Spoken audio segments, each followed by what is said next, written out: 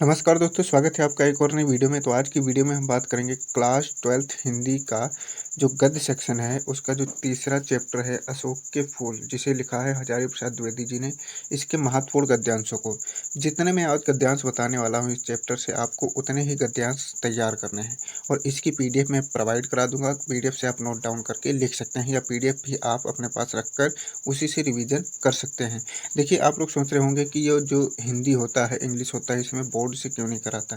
देखिए, ये जो टॉपिक्स मैं करा रहा हूँ ये बहुत बड़े टॉपिक्स हैं। अगर मैं पीडीएफ के जरिए कराऊंगा तो ये 10-20 मिनट में ख़त्म हो जाएंगे, और अगर मैं इसे बोर्ड से कराऊँ यानी बोर्ड पर लिखूँ फिर इसे एक्सप्लेन करूँ तो ये कम से कम 1-1.5 घंटे खींच सकता है। इसीलिए मैं कम समय में आपको जितना से जितना हो सके उतना अच्छा प्रोवाइड कराने की कोशिश कर रहा हूँ। तो देखिए, जो मैं आज बताऊँगा गद्यांश, इस चैप्टर से वही गद्यांश तैयार करने हैं मैंने। राष्ट्र का स्वरूप और रॉबर्ट नरसिंह होम में जो 2 चैप्टर हैं, इनके गद्यांश पहले ही करा रखे हैं।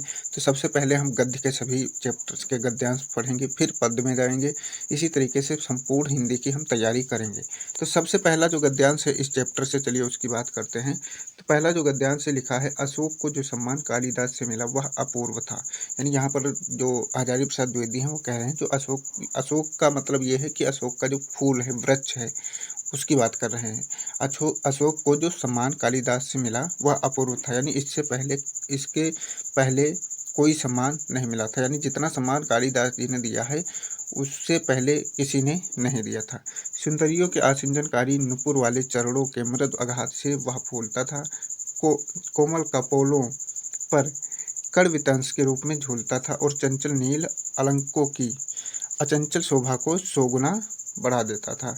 वह महादेव के मन में शोक पैदा करता था, मर्यादा पुरुषोत्तम के चित्त में सीता का भ्रम पैदा करता था और मनोजन्मा देवता के एक इशारे पर कंधे पर से ही फूट उठता था। तो ये है गद्यांश। अब इस गद्यांश से अब तक जितने भी क्वेश्चन पूछे गए हैं, यानी मैं ऐसे गद्यांश नहीं कराने वाला हूँ कि जो 1-2 क्वेश्चन करा दिया, यानी जो जरूरी है मैं वो करा रहा हूँ कि अब तक इस गद्यांश से जितने भी क्वेश्चन पूछे गए हैं, देखिए वहीं घुमा फिरा कर क्वेश्चन पूछ लिए जाते हैं, कुछ चेंज भी कर दिए जाते हैं। तो जो भी चेंज किए जा रहे हैं, अब तक जितने भी इससे पूछे गए हैं सभी कराऊंगा, ताकि कोई भी क्वेश्चन आ जाए तो आपके गद्यांश से एक भी क्वेश्चन छूटे ना, यानी संपूर्ण आप करके आएँ। तो सबसे पहले आपको पता ही होगा कि गद्यांश लिखते समय हम जब भी उसका संदर्भ लिखते हैं तो पाठ का नाम और लेखक का नाम लिखते हैं। तो पहला प्रश्न यही आता है। तो पहला प्रश्न का नंबर है, गद्यांश के पाठ और लेखक का नाम लिखिए। तो पाठ का नाम आपने देखा ही है कि यहाँ पर पाठ का नाम लिखा हुआ है अशोक के फूल। पाठ का नाम है अशोक के फूल और इसके लेखक कौन है? हजारी प्रसाद द्विवेदी। कैसे लिखेंगे इसको? तो इसमें आपको कैसे लिखना है, तो आंसर में आप लिखेंगे, प्रस्तुत गद्यांश हिंदी साहित्य के प्रसिद्ध ललित निबंधकार आचार्य हजारी प्रसाद द्विवेदी द्वारा लिखित अशोक के फूल नामक निबंध से उद्धृत है। तो ये इसका पाठ का नाम और लेखक का नाम हो जाएगा, या इसे हम एक भाषा में संदर्भ भी बोल सकते हैं। अगले अगर क्वेश्चन की बात करें तो अगला क्वेश्चन इसमें है, रेखांकित अंश की व्याख्या कीजिए। यानी जो यहाँ पर रेखांकित अंश दिया गया है, यहाँ से सुंदरियों के आसिंजनकारी नुपुर चरणों वाले मृदुआघात से वह फूलता था, यहाँ से लेकर यहाँ तक। इतना शायद से आपके में व्याख्या करने के लिए भी नहीं आएगा। व्याख्या करने के लिए 1-1.5 लाइन आ सकता है, लेकिन अब तक यहाँ तक पूछ चुका है। यानी एक बार में यहाँ तक पूछा होगा, यहाँ तक, यहाँ से यहाँ तक पूछा होगा, और फिर दोबारा किसी बार पूछा तो यहाँ से यहाँ तक पूछा होगा, यानी ये इतना पूछ चुका है। तो मैं इतना पूरा ही कराने वाला हूँ, यानी आपको कहीं भी दिक्कत होने वाली नहीं है। ताकि कोई, देखिए मेरा मोटिव यही है कि आपको कम समय में अच्छे से अच्छे ट्रेन किया जाए, यानी अच्छे से अच्छे समझा दिया जाए, ताकि आप एग्जाम में अच्छा स्कोर कर सकें।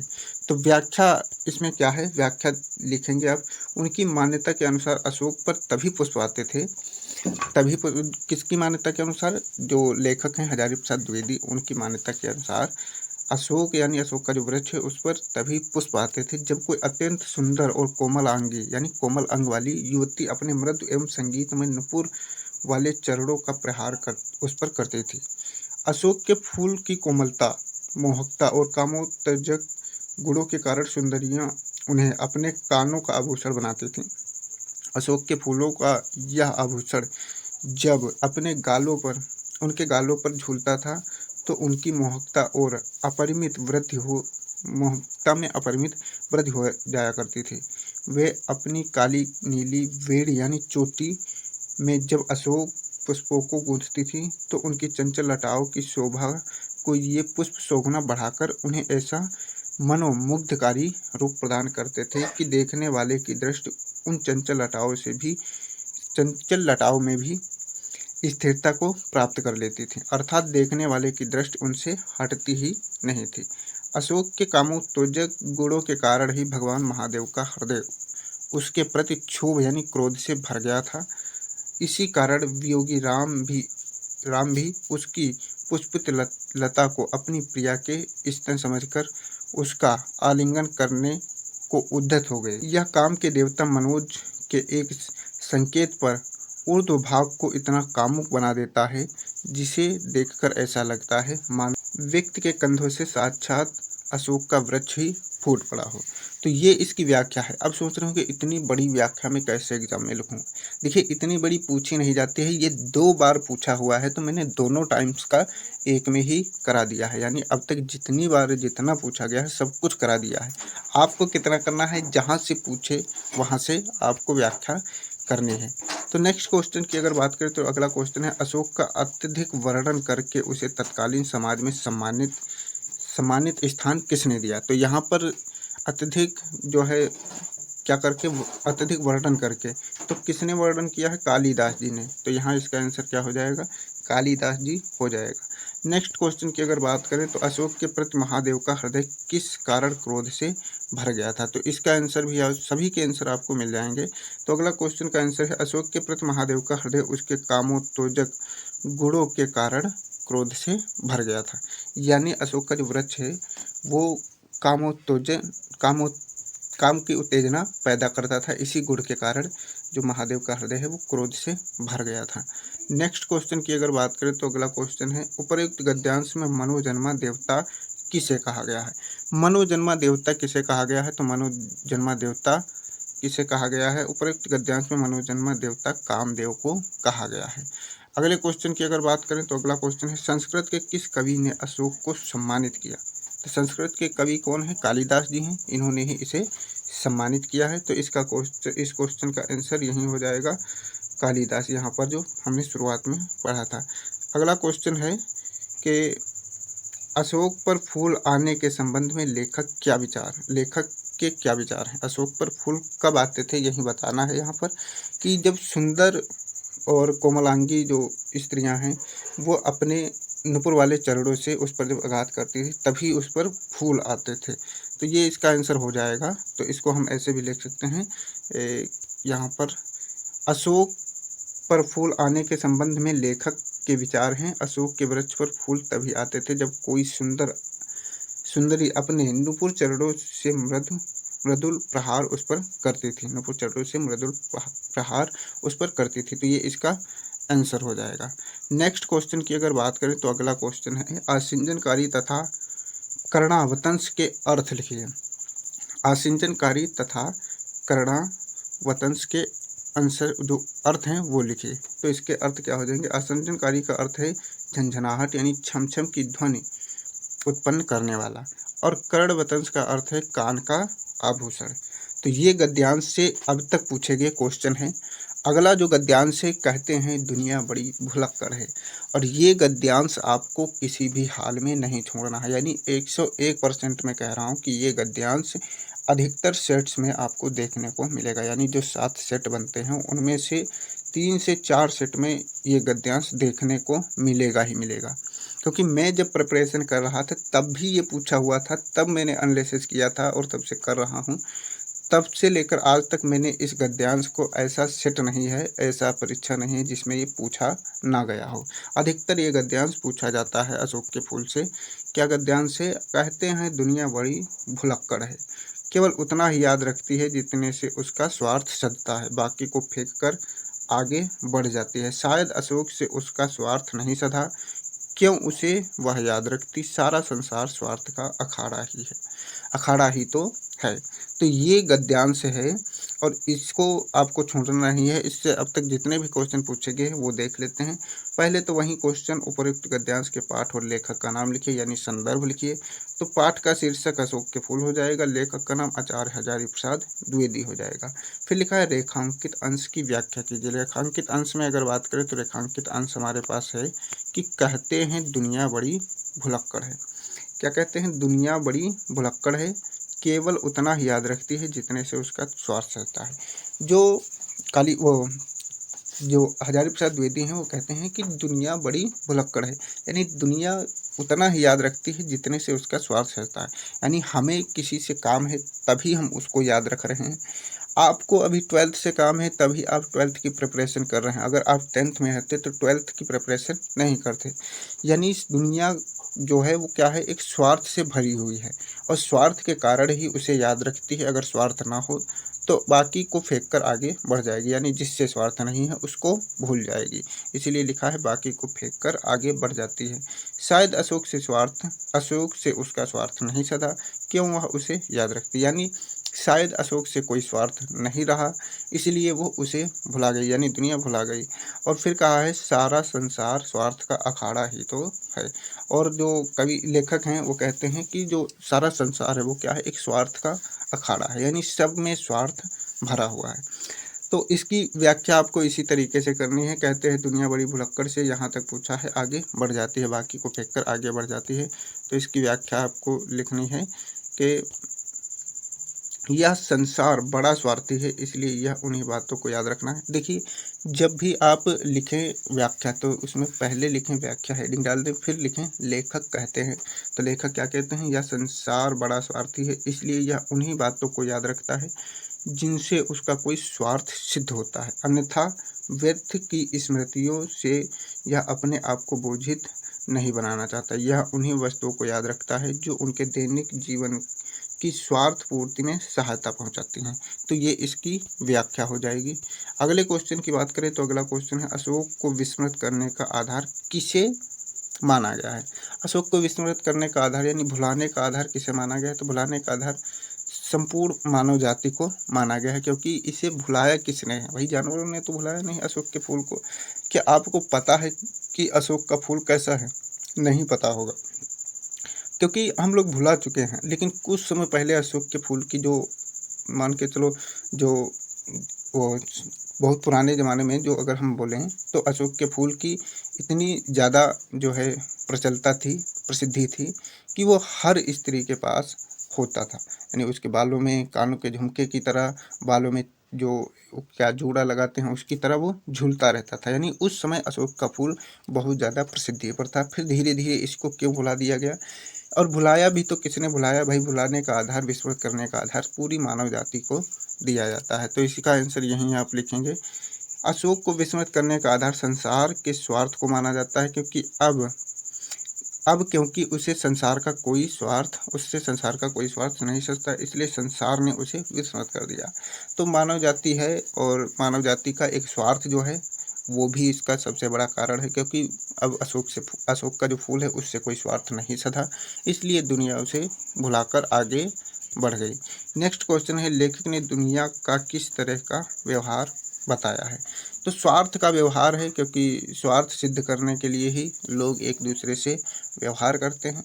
तो लेखक ने दुनिया का किस तरीके का व्यवहार बताया है? तो स्वार्थ का व्यवहार बताया है। लेखक ने दुनिया का व्यवहार स्वार्थी बताया। लेखक ने दुनिया के व्यवहार के बारे में बताया कि यह केवल उसी को याद रखती है जिससे उसका कोई स्वार्थ सधता है। तो इस तरीके का दुनिया का व्यवहार है। अगले क्वेश्चन की अगर बात करें तो अगला क्वेश्चन है स्वार्थ का अखाड़ा किसे कहा। लेखक ने स्वार्थ का अखाड़ा किसे कहा है? तो लेखक ने स्वार्थ का अखाड़ा सारा संसार स्वार्थ का अखाड़ा ही तो है। तो पूरे संसार को लेखक ने स्वार्थ का अखाड़ा कहा है। ये गद्यांश आपको किसी भी हाल में नहीं छोड़ने हैं। देखिए, मैं अगर सब कराने लग जाऊं तो सब आपको भी थोड़ा दिक्कत होगा याद रखने में। और जो इम्पोर्टेंट हैं, जो मैं करा रहा हूं हर चैप्टर से, अगर आप इतने तैयार कर लेते हैं तो ये मैं गारंटी लेता हूं कि आप 90+ अच्छे से ला सकते हैं। देखिए, मैं ऐसा नहीं केवल गद्यांश पद्यांश ही कराने वाला हूँ, MCQ भी आपके लिए पहले भी करा रखे हैं, फिर से करा दूंगा। ग्रामर सेक्शन जो है वो भी पूरा कराया जाएगा, संस्कृत खंड हो गया वो भी पूरा कराया जाएगा, यानी कुछ भी छूटने वाला नहीं है। संपूर्ण तैयारी इस चैनल पर आपकी कराई जाएगी, चाहे वो हिंदी हो, चाहे इंग्लिश हो, चाहे फिजिक्स हो, चाहे केमिस्ट्री हो, संपूर्ण तैयारी होगी। अगर आप चैनल पर नए हैं तो चैनल को सब्सक्राइब कर लीजिए। अब जो एक लास्ट इससे गद्यांश है उसे हम देख लेते हैं जल्दी जल्दी, क्योंकि जो गद्यांश मैं बता रहा हूँ वो बहुत ज़्यादा इम्पोर्टेंट है। तो अगला गद्यांश है, अशोक का वृक्ष जितना भी मनोहर हो, जितना भी रहस्यमय हो, जितना भी अलंकारमय हो, परंतु है वह उस विशाल सामंत सभ्यता की परिष्कृत रुचि का ही प्रतीक, जो साधारण प्रजा के परिश्रमों पर पली थी। उसके रक्त के संसार कणों को खाकर बढ़ी हुई थी और लाखों करोड़ों की अपेक्षा से उसे समृद्ध हुई थी। वे सामंत उखड़ गए, समाज ढह गए और दिनोत्सव की धूमधाम भी मिट गई। संतान कामिनियों ने गंधर्वों से अधिक शक्तिशाली देवताओं का वरदान, जो संतान कामनियों की यानी कामना रखने वालों को गंधर्वों से अधिक शक्तिशाली देवताओं का वरदान मिलने लगा। पीरों ने भूत भैरवों ने, काली दुर्गा ने यक्षों की इज्जत घटा दी। दुनिया अपने रास्ते चली गई, अशोक पीछे छूट गया। यानी ये जो गद्यांश है ये भी बहुत ज़्यादा महत्वपूर्ण है। और इतने जितना यहाँ पर आप देख रहे हैं रेखांकित किया गया है, इतना पूछेगा नहीं। ये 2-3 बार में इतना पूछा है, इसलिए मैं संपूर्ण करा रहा हूँ, यानी कहीं से भी पूछ ले तो आपको कोई दिक्कत नहीं हो। तो क्वेश्चन की अगर बात करें तो इसमें क्वेश्चन पहला है, उपरोक्त गद्यांश के पाठ का शीर्षक और लेखक का नाम लिखिए। तो इसमें वही पाठ का नाम क्या हो जाएगा, अशोक के फूल, लेखक का नाम आचार्य हजारी प्रसाद द्विवेदी हो जाएगा। रेखांकित अंश की व्याख्या कीजिए। रेखांकित अंश में अगर बात करें तो रेखांकित अंश कहाँ से कहाँ तक है, तो रेखांकित अंश है जो साधारण प्रजा के परिश्रमों पर पली थी, यहाँ से लेकर अशोक पीछे छूट गया, यहाँ तक आपको व्याख्या करनी है। और इतना पूछेगा नहीं, पूछेगा कम ही, लेकिन ये 2-3 बार में पूछा है इसलिए मैं बता रहा हूँ, संपूर्ण आपको बता दिया जाए ताकि आपको कोई दिक्कत ना हो। तो रेखांकित अंश की व्याख्या करने के लिए आपको क्या करना है, सबसे पहले आप हेडिंग जरूर डालिएगा व्याख्या करते समय हेडिंग ये डालेंगे कि व्याख्या फिर लेखक कहते हैं। तो क्या कहते हैं, जो किसान मजदूर जैसे साधारण लोगों का शोषण करती रही है, यह वृक्ष जिस पूंजीपति वर्ग का प्रतिनिधित्व करता है, वह सदैव आम लोगों का खून चूसकर फलता फूलता रहा है। इस पूंजीपति वर्ग की समृद्धि का कारण भी आम जनता का शोषण ही रहा है। अगर आज समय बदल गया, किसान मजदूर और अन्य साधारण लोग अब अपने अधिकारों के प्रति सचेत हो गए, इसीलिए सामंतों और पूंजीपतियों की वह बादशाहत अब समाप्त हो गई। इसीलिए उनके द्वारा अपने आमोद प्रमोद और मौज मस्ती के लिए आयोजित किए जाने वाले मदनोत्सव जैसे पर्वों की धूमधाम भी अब समाप्त हो गई। संतान की कामना करने वाली स्त्रियां अब अशोक वृक्ष की शरण में नहीं जाती हैं, क्योंकि उन्हें वैभव धन संपत्ति के देवता माने जाने वाले गंधर्वों के वरदान की आवश्यकता नहीं रह गई है। अब उन्हें गंधर्वों से अधिक शक्तिशाली पीर, पैगंबर, शिव, दुर्गा आदि का आशीर्वाद प्राप्त होने लगा है। अतः यक्ष, गंधर्व आदि संपन्न देव जातियों के साथ ही इनके प्रतीक अशोक वृक्ष का महत्व भी कम हो गया है। इसका परिणाम यह हुआ कि लोग इनकी उपेक्षा करके इनसे दूर होते चले गए और इनका स्थान दूसरे देवी देवताओं ने ग्रहण कर लिया और वे इनके शोक को दूर करने वाली देवी देवताओं के रूप में प्रतिष्ठित हो गए।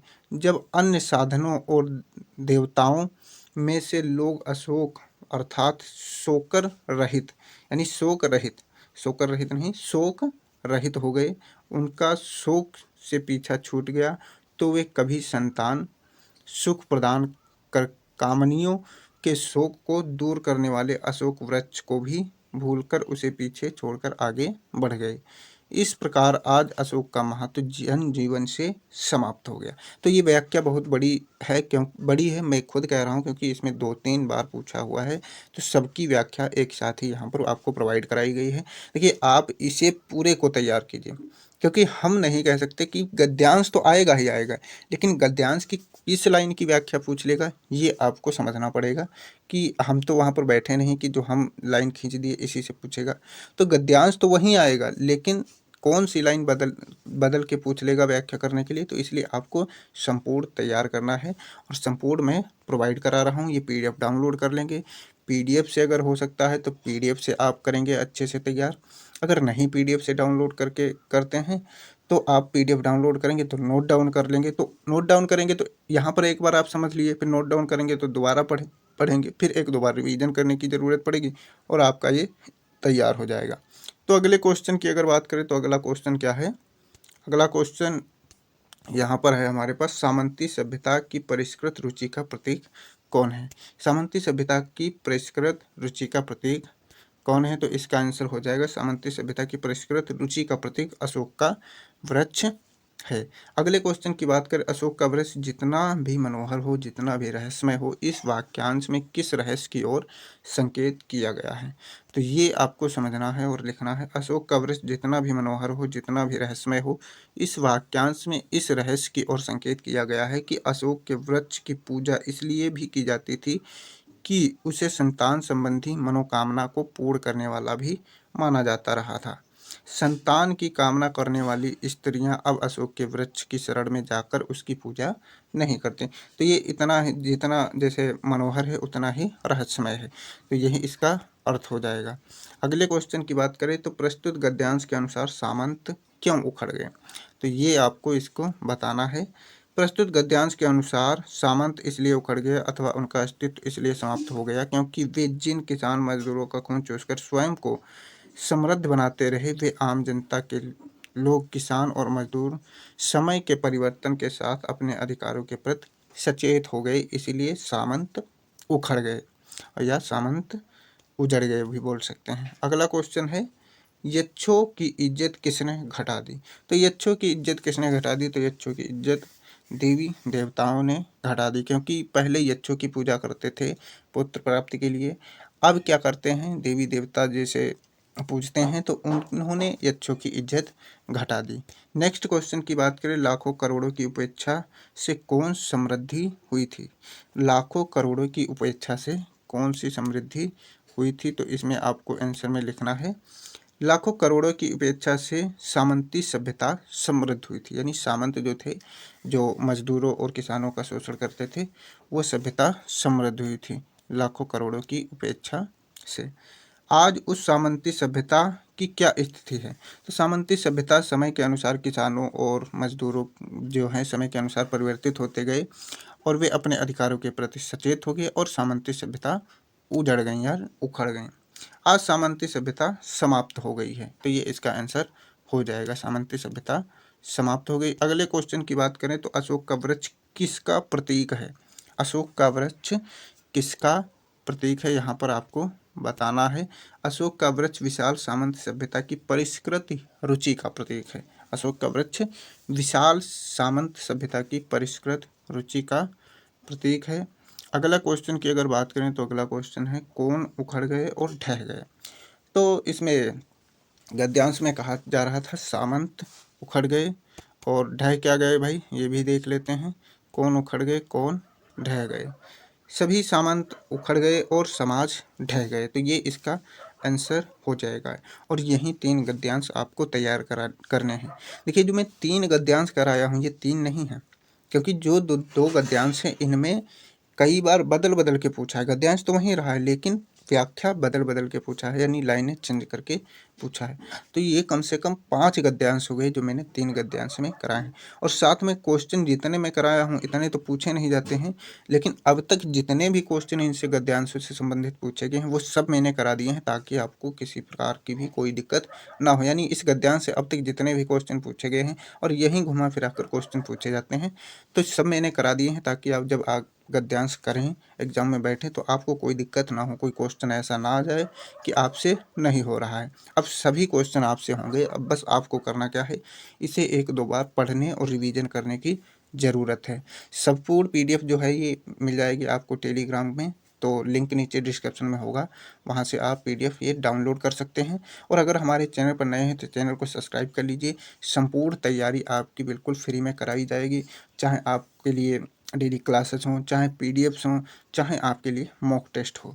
मॉक टेस्ट भी आपके लिए फ्री में ही प्रोवाइड कराया जाएगा। मॉक टेस्ट का भी जो लिंक होगा वो नीचे डिस्क्रिप्शन में मिल जाएगा। मैंने एक वेबसाइट बनाई है, देखिए वो पब्लिकली आपको गूगल या कहीं पर सर्च करेंगे तो वो नहीं मिलेगी, क्योंकि उसके लिए पैसे पे करने होते हैं और एक एडमिन ID लेनी होती है, तो वो मेरे पास अभी नहीं है। अगर हो सकता है आप सपोर्ट करते हैं तो वो भी मैं पा जाऊँगा, तो आपके लिए और भी अच्छा करने का प्रयास करूँगा। मिलते हैं नई वीडियो में, तब तक के लिए इस चैनल को सब्सक्राइब कर लीजिए। वीडियो को दोस्तों के साथ ज़रूर शेयर करना, कम से कम वीडियो नहीं तो PDF तो शेयर कर दिया करो।